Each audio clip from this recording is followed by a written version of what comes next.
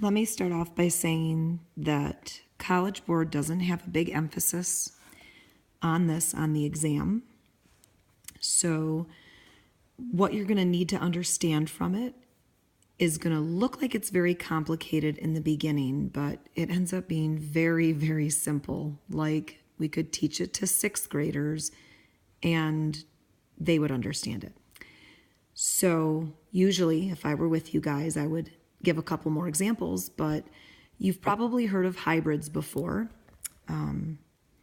From, say, plants. They will take one rose that smells great and hybridize it with another rose that can live longer. And the new result is a rose that smells great, that you purchase for a lot of money, and it lasts a long time. So hybrid is when you'd blend in chemistry.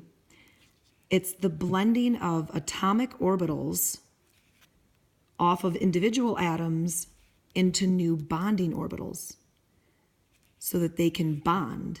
So again, the atom comes in as his original self with his orbitals, but ends up with new bonding orbitals.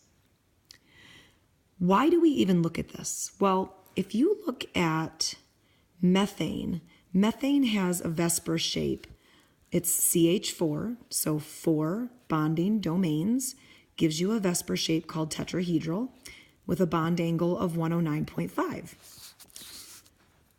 But if you look at the valence of carbon and do the box diagram, his box diagram looks like he only has 2 unpaired spots, but we know carbon bonds 4 times.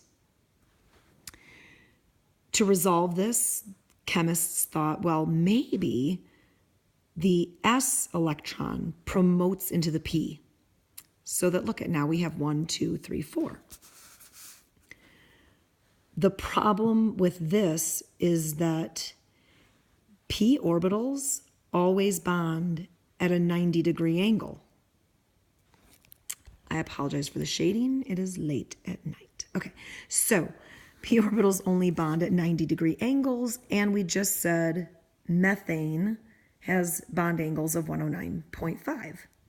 So although this gives us 4 bonding domains, it gives us the wrong angles. So the final construct that they talk about is that what if instead the orbitals blend together and form brand new orbitals? So what if the S orbital combines with 1, 2, 3, the 3 P orbitals? Remember, there's px, py, pz. What if the S orbital rises up and the P orbitals all fall down? They could make 4 equal degenerate, remember that word, 4 equal energy levels that are all degenerate to each other that would create the same bond angle, and it would be a new bond angle. So this is 4 new bonding orbitals in all.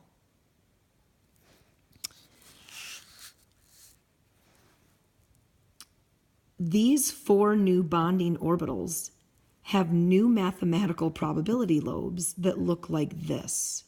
So this marries these 3, and they have children that look like this. It's kind of like the mom, the dad, and then the children, and it's like it's 4 that were all the same, 4 identical children, okay? So you can't see it here, but there's a lobe right here to bond, a lobe right here to bond, and a lobe right here to bond, as well as here. I'm sorry, did I count that right? 1, 2, 3, 4 places to bond. And notice the bond angle is not 90 degrees. It's now going to be 109.5. So we should note that through hybridization, there are more bonding opportunities and the lowering of 3 P orbitals. See that? 3 orbitals get to come down in energy, once again emphasizing stabilization of energy. The final molecular orbital, what we call a molecular orbital diagram for methane, is shown below. You will never have to draw this for me, ever, so don't panic. I know there are people in class going, what is that and why do we have to do it? But what you need to look at is how it happened a little bit. On methane, the chemical formula is CH4. The hydrogen has a 1s orbital that is spherical. The carbon is now sp3.